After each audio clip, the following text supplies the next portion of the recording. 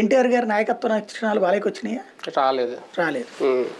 అట్లాగే ఇక్కడ జగన్మోహన్ రెడ్డికి వచ్చినాయి, షర్మిలకి వచ్చినాయి లక్షణాలు, రాజశేఖర రెడ్డి. కానీ నాయకత్వ లక్షణాలు జగన్కి వచ్చినాయి, షర్మిలకి రాలేదు. ఎందుకని? రాజశేఖర రెడ్డి డక్కా ముక్కిలు తిన్నాడు. 25 సంవత్సరాలు కొట్టుకున్నాడు కాంగ్రెస్ లో. ప్రతిసారి అతనికి ఎదురు దెబ్బలే తీస్తానే ఉండేవాళ్ళు. ఎన్నిసార్లు అతను ముఖ్యమంత్రి పదవి నోటి దాకా వచ్చిపోయింది. అయినా తట్టుకుని నిలబడతా జాగ్రత్తగా వచ్చాడు, ఎదిరించి నిలబడ్డాడు.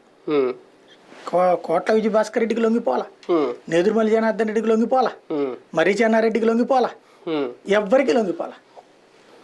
ఖచ్చితంగా తనదంటూ తన స్టైల్లోనే ఉన్నాడు. ఎవ్వరికి లొంగని మనస్తత్వం అన్నటువంటిది రాజశేఖర రెడ్డిది. ఎవ్వరికి వంగల, ఎవ్వరికి లొంగల. దానివల్ల తనకి అవకాశాలు చాలా పోయినాయి. అయినా కూడా తను లొంగల.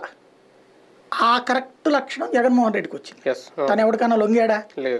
చివరికి కేంద్రంలో కాంగ్రెస్ అధికారంలో ఉండగా ఎదురు తిరుగుతాడు ఎవడన్నా?